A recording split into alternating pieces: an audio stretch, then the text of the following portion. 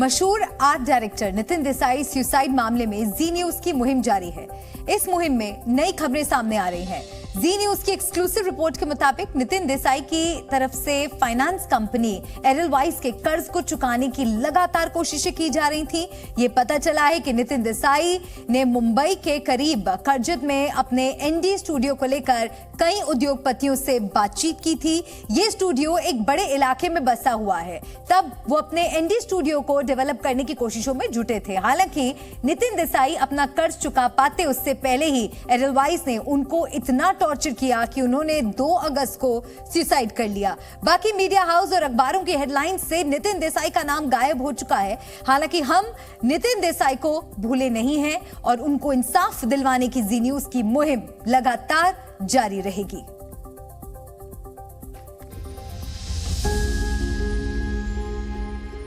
Nitin Desai suicide case में ND studio को लेकर बड़ी खबर आई है।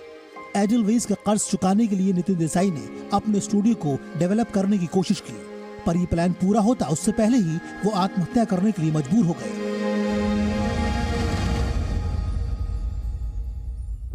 मुंबई के एक बिजनेसमैन पराग शाह ने जी मीडिया से एक्सक्लूसिव बातचीत में बताया कि नितिन देसाई के एनडी स्टूडियो में उनकी मीटिंग हुई थी। क्या बातचीत आपकी और नितिन देसाई की हुई थी जब आप जो है उनके स्टूडियो गए थे? क्या कुछ उन्होंने कहा था? नितिन जी एक भले आदमी थे।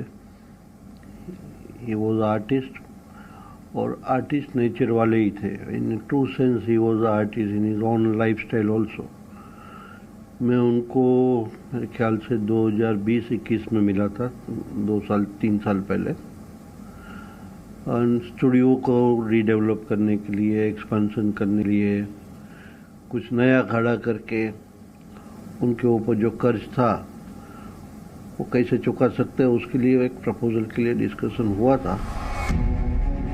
बिजनेसमैन पराग शाह की माने तो एक बात क्लियर है कि नितिन देसाई एडलवाइस कंपनी के कर्ज को चुकाने के लिए लगातार कोशिशें कर रही थी।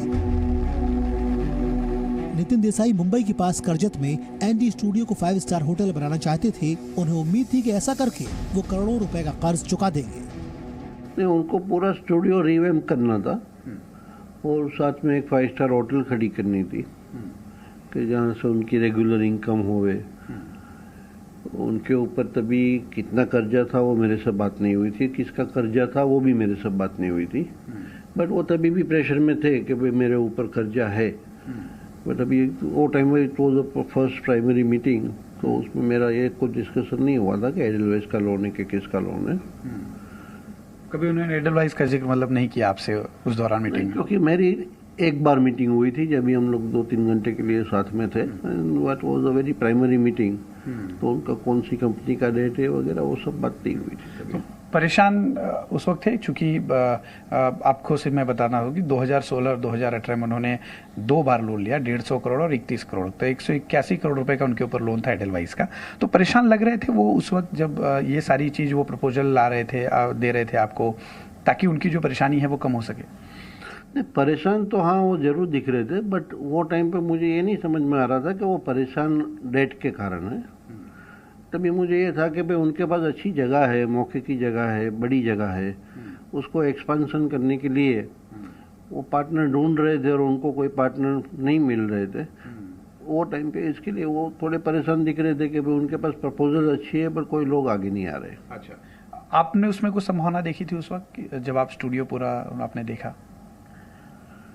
नहीं, मैं जैसे बताया कि भाई उनको वहाँ पे 5 स्टार होटल और स्टूडियो डेवलप करना था, जिसमें हमारा इंटरेस्ट नहीं था। वी बीइंग अ डेवलपर, हमारा इंटरेस्ट था कि भाई इसको प्लॉटिंग करके डेवलपमेंट करके वहाँ पे बंगले बना सकते हैं कि नहीं। बट वो उनका आई रिस्पेक्ट हिम कि भाई वो आर्ट के तरफ थे और उनको एक फिल्म इंडस्ट्रीज के लिए एक जो उनका योगदान रहा था वो उनको कंटिन्यू करना था। तो उनका प्राइमरी एजेंडा था कि उनको बंगले में नहीं इंटरेस्ट था, उनको स्टूडियो ही रन करना था। अब तक नितिन देसाई सुसाइड मामले में पराग शाह से जो जानकारी सामने आई है उसके मुताबिक करीब 3 साल पहले 2020 में वो नितिन देसाई से मिले।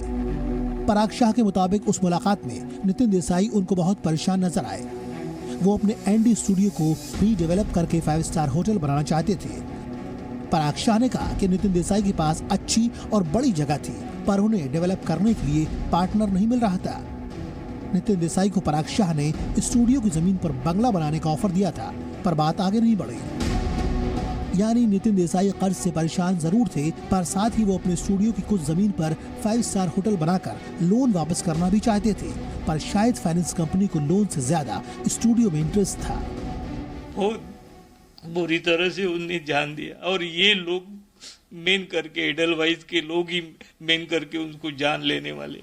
उनको कुछ ना कुछ अरेस्टमेंट होनी ही चाहिए, उनको अरेस्ट करके उनको पनिशमेंट करनी चाहिए। ऐसा लगता है कि नितिन देसाई की नीयत कर्ज भरने की थी, जबकि एडलवाइज कंपनी द्वारा उन्हें डिफॉल्टर घोषित करने पर लगातार दबाव बनाने की कोशिश की जा रही थी।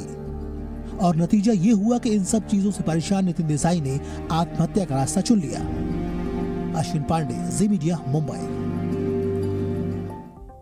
नितिन देसाई सुसाइड मामले में लेटेस्ट अपडेट्स के लिए सीधे मुंबई से हमारे सहयोगी जुड़ गए हैं मेरे साथ। हमारे सहयोगी अश्विन पांडे का रुख करते हैं। अश्विन, लोन देकर जान लेने वालों के खिलाफ जी मीडिया की मुहिम लगातार जारी है। इस मामले में बिजनेसमैन पराग शाह के साथ बातचीत में आपको क्या क्या पता चला है? क्या नितिन देसाई ने किसी और बिजनेसमैन के साथ भी रीडेवलपमेंट के लिए मीटिंग की थी? जी देखिए, पराग शाह के साथ उनकी जो बैठक थी उसमें साफ तौर पे पराग शाह ने जो बताया कि कैसे उनके चेहरे पर तनाव था उस वक्त, और वो चाहते थे कि जो कर्जा उनके ऊपर है वो कर्जा यहाँ पर कुछ डेवलपमेंट के प्रोजेक्ट्स किए जाएं, जिसमें 5 स्टार होटल बनाने से लेकर स्टूडियो का आधुनिकीकरण तमाम चीज़ें शामिल थी। और उसी के तहत जो पैसा वो इकट्ठा करते वो एडलवाइज का जो कर्जा था वो चुकाने की उनकी पूरी तैयारी थी।